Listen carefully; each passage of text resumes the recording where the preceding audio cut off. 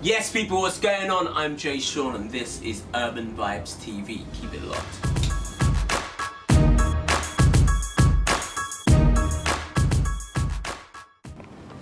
Hi, this is UrbanVibezTV. I'm Nicki and today I've been joined by Mr. Jay Sean. Hello!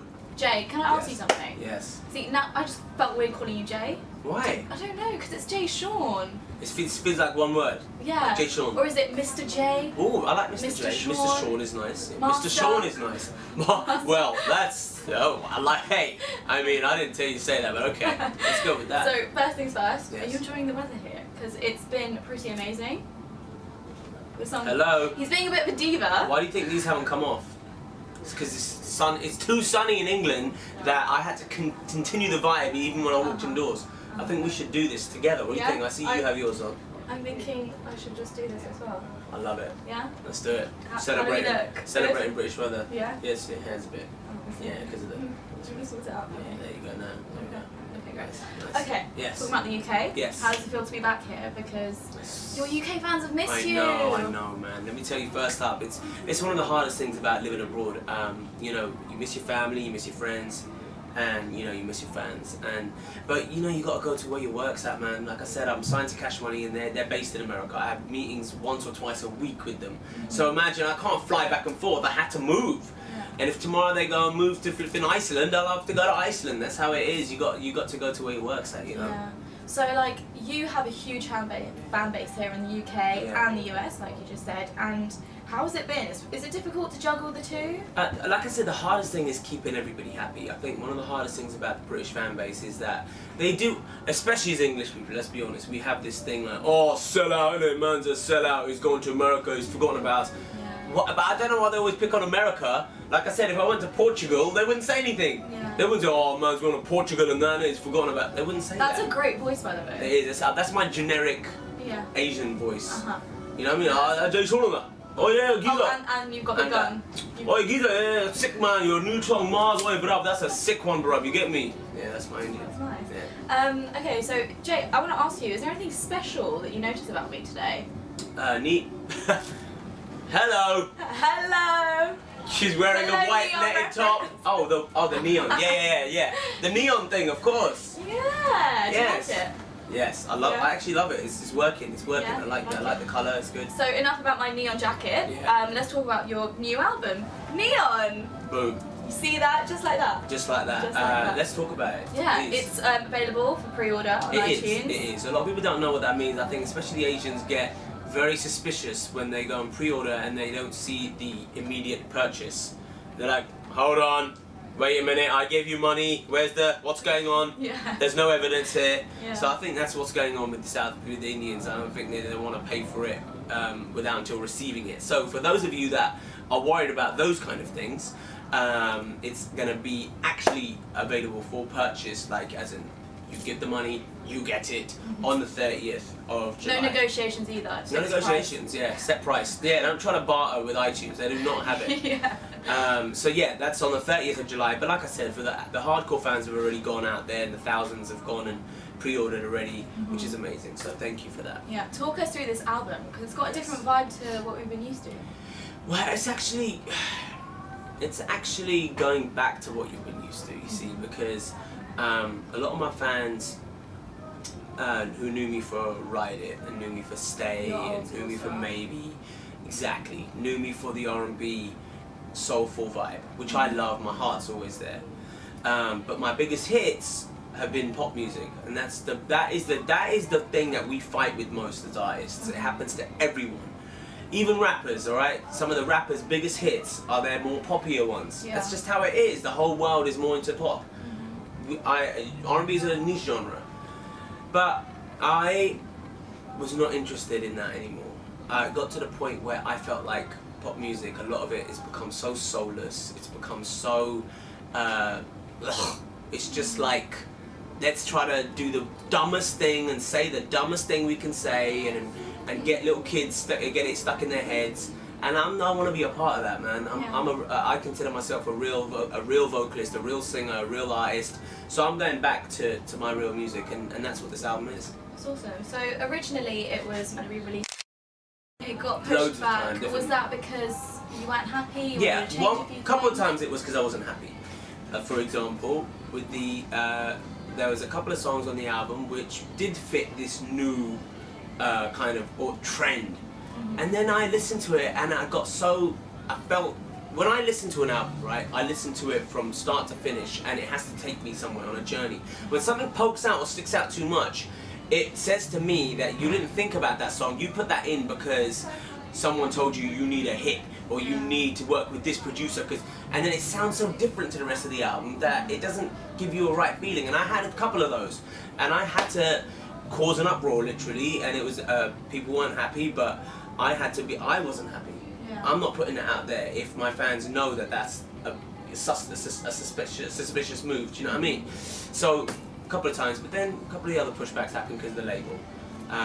You know, there, for example, you know, real quick, the difference between the 1 month between June and July was because if you walk into HMV and stuff and you want to see the album on the shelves, that month was so busy that it wouldn't get the racking.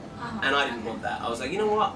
They've waited this long. Let's give them a good, you know what I'm saying? Give them another month so they can see my album in the stores at least. You know, you want that. So that's why those kind of things happen. Okay, so you released your first single, Where You Are, off the new album. Great song, by the way. Thank you. I want to talk about the music video. Yes. Because it upset me. You just Why? had people spilling stuff on you all the time, and I was like, can people just please leave Jay alone? They had no respect. You know what I mean? I was trying to go on a date and they're spilling coffee on me. You know what I love though? I just love how you got the hot dog stuff on you, and then you're like, no worries, I'll just rip that jumper off. There'll be a crisp white shirt on underneath. Of course. You know what? That video for me was so fun because it allowed me to be silly, to be honest. And you know, a lot of my fans know me for just being an idiot as well. You know, being a bit of a dork, and I love that because not everything has to be so cool, and not everything has to be so pouty, and not everything has to be so sexy. It's like, yeah, we get it. It's cool. We saw you in Down. We know. We get it. You got that six pack. You're sexy. You don't need to always, you know, do that thing. And I don't like that as well because I feel like people don't get to really know you, and that's the hardest thing about being an artist is, you know, unless you watch interviews, the only way you get to know an artist is through their music videos, and we're always playing different characters. But if you're playing the same guy all the time, that's what the world's going to think of you. And I was like, you know what, can I just be a little bit silly and have some fun in the music video? And Where You Are was the perfect video for that. But now when you watch Mars, the next video, you're going to see a whole different character, a whole different guy. This is like a little mini movie. It's so out there. It's very, very different. Well, that's what I was going to come on to. Just kind of push me onto that. But your collaboration with Rick Ross, that you filmed the video. Yes. How was that for you? How was filming it? It was amazing. I mean, you know, the behind the scenes is actually out on the internet right now. You guys can watch that.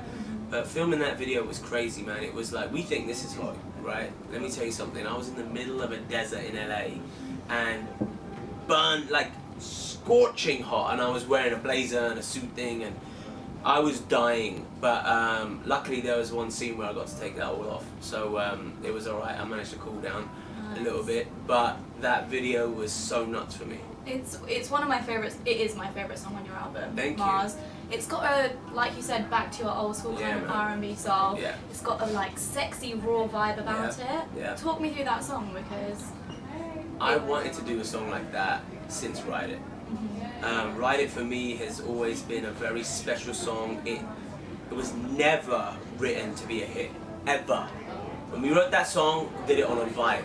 I did it on a vibe because it's just, you know, it was cool. It felt like it wasn't overthinking anything, and it happened to be one of my most successful because of the fact that I think fans just love it. They love the fact that you're not trying to shove a hit down their throat. And I was like, I just want to go back to that, man. Let me just write some cool, swagged out, sexy R&B songs, and let's not worry about hit. Let's move that word out about. And guess what? It seems to be doing great. Radio stations across America that have never even played my music are playing Mars because they're like, whoa, hold on, this sounds totally different to anything else that's on radio, and it's not screaming, play me, play me, play me.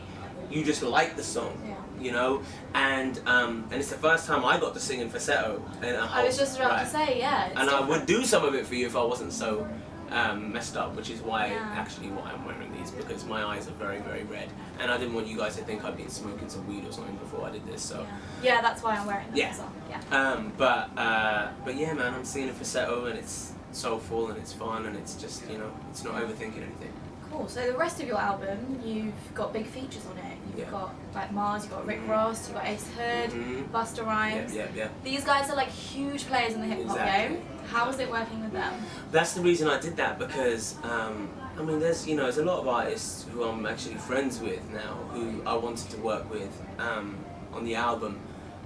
Some of them had projects of their own and it was really difficult. We've actually got a couple of collabs that we've already done that couldn't make either album on time, but that's really, I mean, and you'll get to hear them, I'm sure.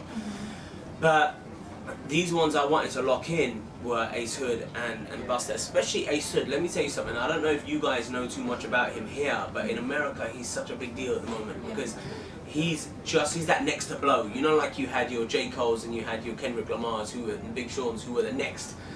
Ace Hood is really coming up like that, and I wanted to work with him before it got to that stage, you know, and that's what that's about. And of course, Busta Rhymes is just a legend, you know, to be able to work with him. Yeah, that's amazing. Okay, so you've been busy promoting your new album. Yeah. But what a lot of people don't know is that you actually have your own record label. I do. It's actually more of a production company. So it's an entertainment company.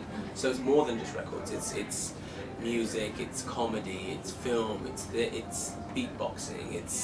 It could be anything. You could, it might be you're a little midget juggler and flame swallower, and I'm like, hey, I'm gonna sign you, like whatever, like, you know, for me it's about entertainment, and that's what, and I actually just signed the Janoskians. I don't know if you're familiar with them, but okay, well they are causing like literally pandemonium across the world right now.